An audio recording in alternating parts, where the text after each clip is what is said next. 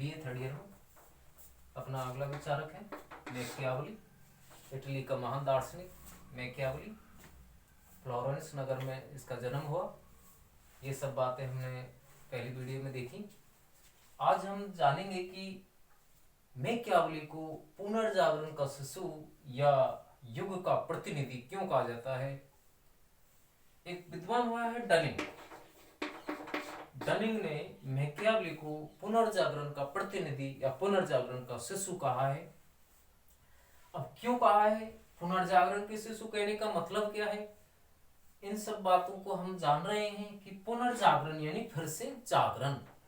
तो मैकियावली पुनर्जागरण का प्रतिनिधि है। इटली को एक महान बनाने में, इटली का आधुनिकीकरण करने में, इटली का एक राष्ट्रीय राज्य के रूप में विकास करने में, इटली को एक शक्तिशाली राज्य बनाने में मैकियावली का योगदान बहुत महत्वपूर्ण रहा है।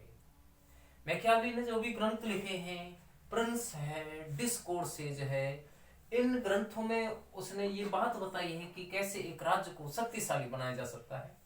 इटली जैसी शासन व्यवस्था में कौन से सुधार हो सकते हैं। इटली जो कि धर्म से बहुत ज्यादा प्रभावित था, पोप और पादरियों का बहुत ज्यादा वर्चस्व इटली में छाया हुआ था, और इटली जो कि नैतिकता और धर्म से बहुत ही व्यथित हो गया था, उस इटली को एकीकरण करने में, उस इटली का उद्धार करने में, उद्धान करने में इसका काफी योगदान रहा है मैकियावली का।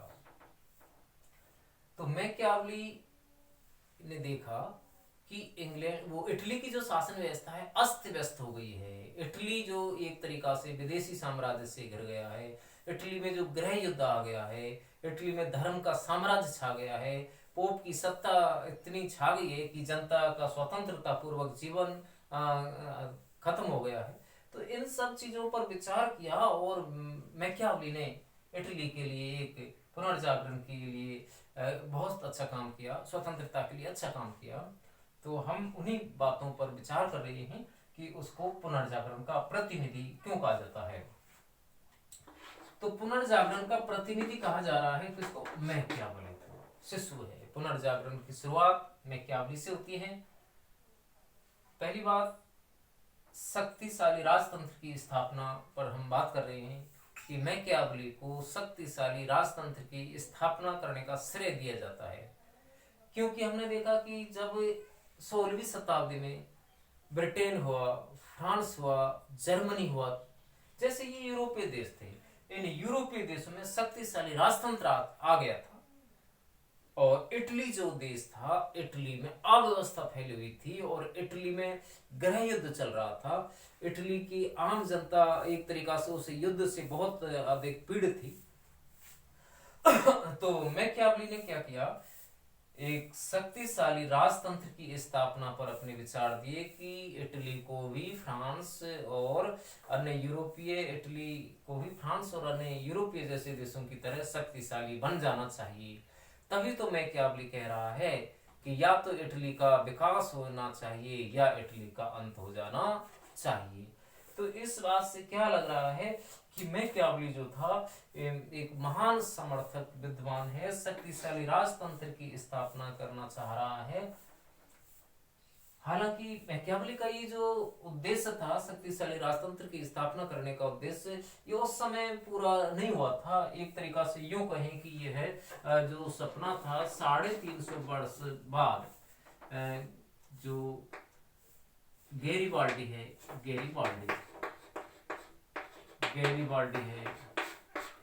इनके माध्यम से पूरा हुआ था।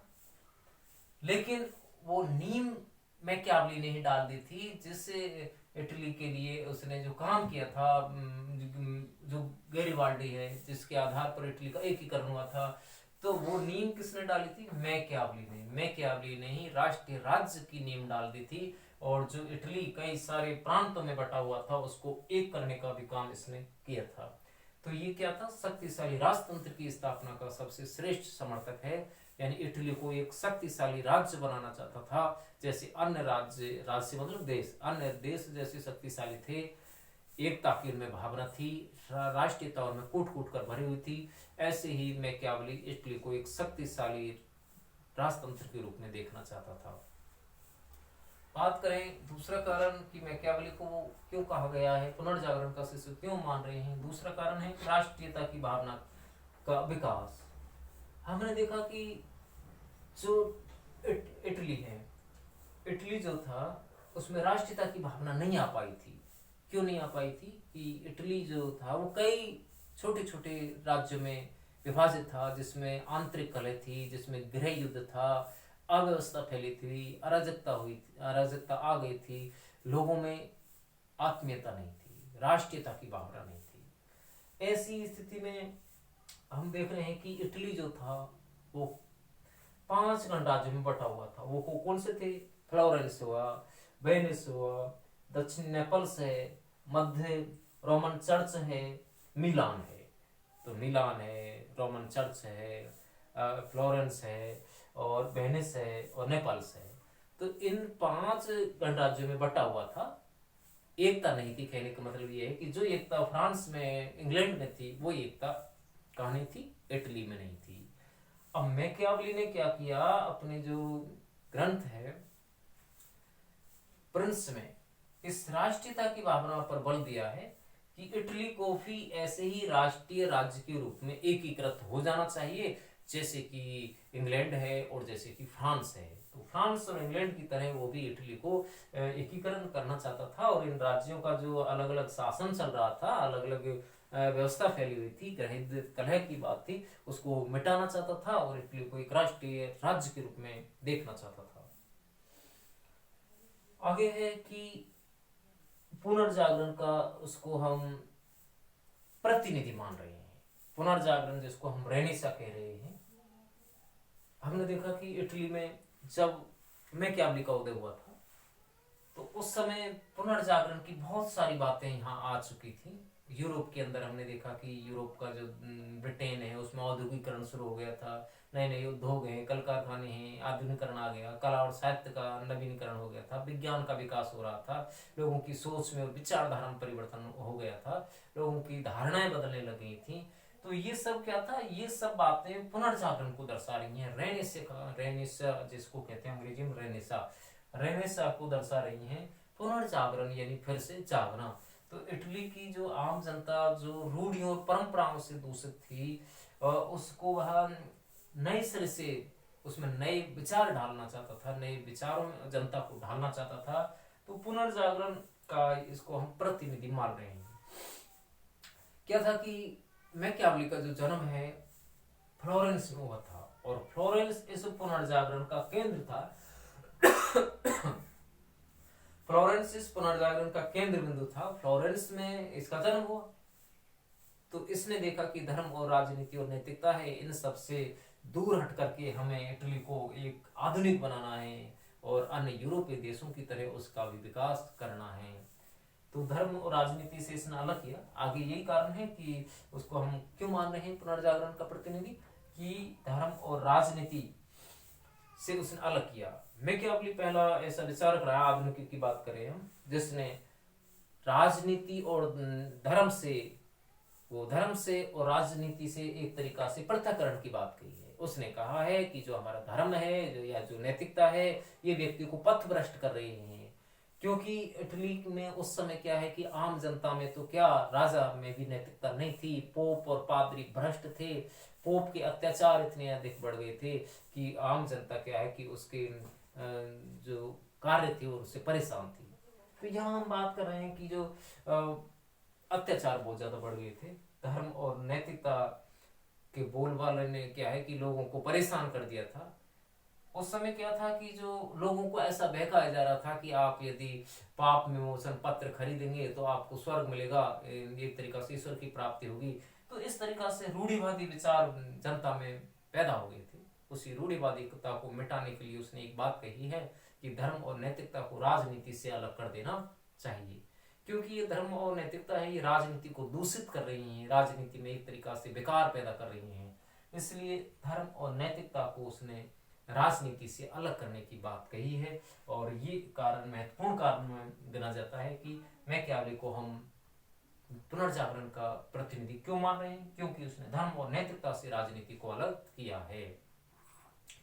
और कारण अगला बनता है कि मानव स्वभाव संबंधी धारणा।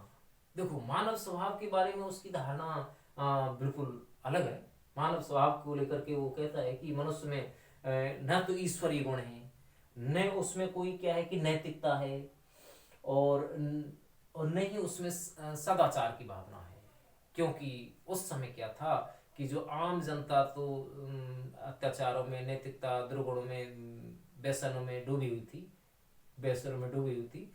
इसके साथ ही साथ जो पोप और पादरी थे, धर्म अधिकारी थे और प्रशासनिक कर्मचारी थे, यहाँ तक कि राजा भी नैतिकता का पालन नहीं कर रहा था। राजा भी अनुचित तरीका से क्या है कि जनता पर अत्याचार कर रहा था। जो एक उदाहरण दिया है उसने कि अलेक्जेंडर षष्ठ का उदाहरण देकर के कहा है कि जो पोप अलेक्जेंडर षष्ठ था उसका उदाहरण दिया है। कहा है कि अलेक्जेंडर षष्ठ ने जीवन भर धोखा दिया और धोखा देने के अलावा कुछ नहीं किया। उसका उद्देश्य था जनता को धोखे में रखना, जनता को बहकाना, जनता से एक तरीका से अनेक प्रकार के कर वसूल करना, ताकि जनता उसके अधीन बनी रहे, गुलाम बनी रहे। इसलिए क्या है कि पोप जो थे वो क्या है कि चर्च के जो पादरी थे, मुखिया थे, वो जनता पर अत्याचार कर रहे थे। तो उनका उद्देश्य था कि जनता को बहकाना, भ्रमित करना। तो यही मैकियावेली जो व्यक्ति है, महान राजनीतिज्ञ है, उसने पोप, पादरी, आम जनता, यहाँ तक कि एक तरीका से राजा, इन सब को, कर्मचारी को, अधिकारी को, इन सब को पाप में भ्रष्ट होते हुए देखा। एक तरीका से अनैतिकता के आचरण में लिप्त होते हुए देखा। उसने देखा कि यहाँ धर्म और नैतिकता के नाम पर लोगों में क्या है कि बुराई पैदा की जा रही है, जबकि वास्तव में देखा जाए तो उसमें कोई भी धार्मिक या नैतिकता नहीं थी, और ये जनता को भ्रमित करने का एक माध्यम बन गई थी। इसलिए उसने विचार दिया है कि राजनीति को तो धर्म और नैतिकता से पृथक कर देना चाहिए। तो यहाँ हमने क्या देखा कि मनुष्य ने एक तरीका से, मनुष्य में क्या है कि जो स्वभाव था, मनुष्य का जो स्वभाव है वो दुर्गुणों से भर गया था। मनुष्य में नैतिकता, सदाचार नाम की कोई भी चीज शेष नहीं बची थी। मनुष्य व्यसनी और दुर्गुणों से भरपूर जीवन जी रहे थे, अत्याचारी बन गए थे। राजा लोग भी अत्याचारी की भांति व्यवहार कर रहे थे।